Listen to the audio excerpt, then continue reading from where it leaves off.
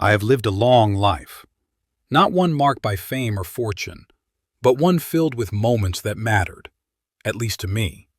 My name is James, and I am old now, the kind of old where the world moves a little faster than you can keep up with, and the days blend into each other like pages in a worn book.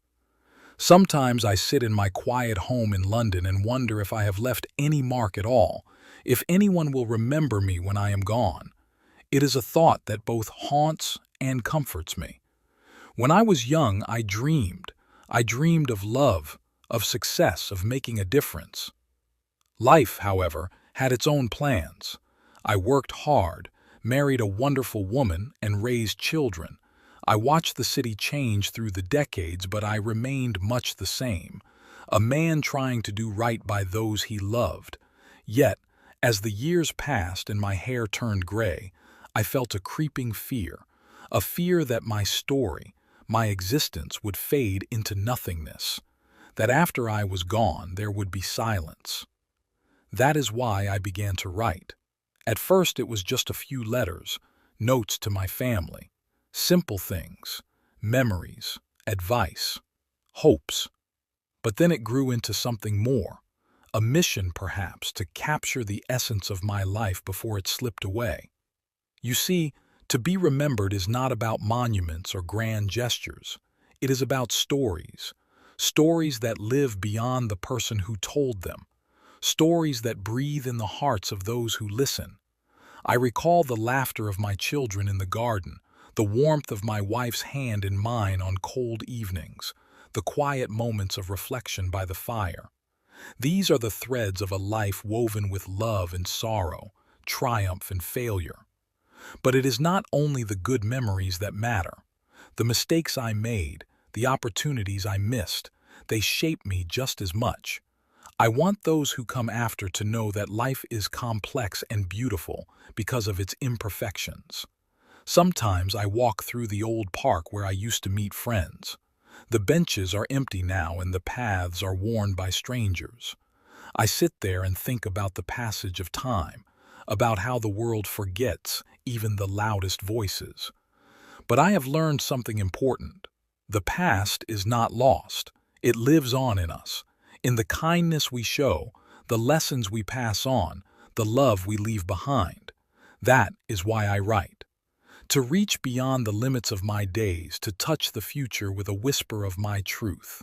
If you are listening to this, know that you are not alone, that even in the silence, someone remembers, and maybe, just maybe, that is enough. I didn't expect the letters to change anything. At first, they were just words, something to fill the silence.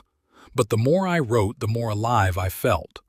The first letter I wrote was to Emily, my daughter. I told her I remembered every moment she probably forgot. The way she used to grip my finger when she was a baby, how she ran through the house in fairy wings, laughing like the world was hers. I told her I was sorry. Sorry for missing birthdays because of work. Sorry for the times I listened with half an ear. But more than anything, I told her how proud I was, of who she became, of how strong she is. I told her that if I could go back, I'd spend more time holding her close and less time chasing things that didn't matter. The second letter was to my grandson, Noah. He's still a boy, but one day he'll grow up and wonder who I really was. I want him to know I wasn't always old. I was young once. I climbed trees, skinned my knees, and believed in impossible things. I told him about the first time I rode a bicycle and how I fell 7 times before I got it right. I told him that life's a bit like that, full of falling and getting up again.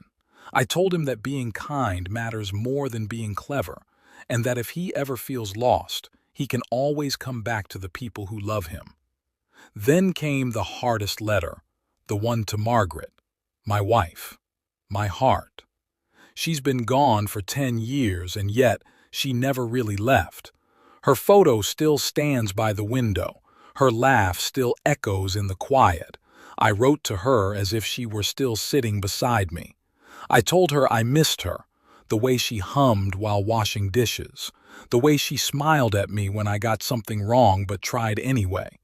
I told her I still talk to her even if there's no answer, and I thanked her for every meal, every morning, every moment she gave me.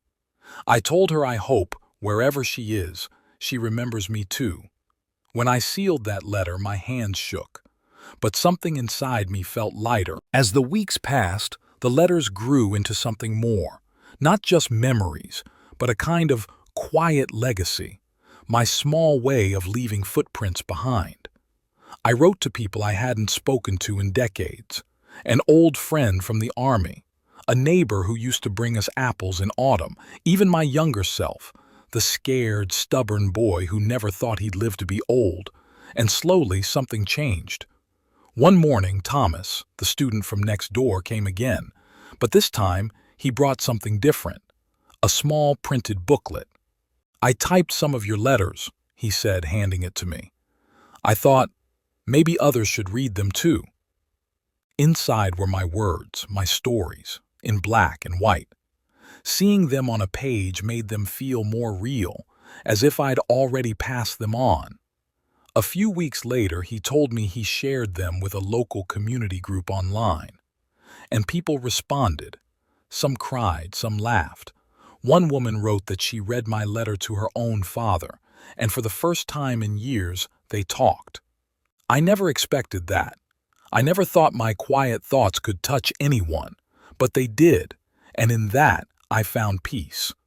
One evening, I walked to the park, the same one where Margaret and I had spent Sunday afternoons. I sat on the same bench where we once watched the clouds drift by.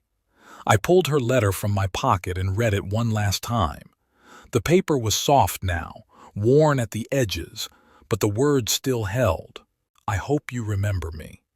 I looked up at the sky and smiled, because maybe she did, and maybe others would too.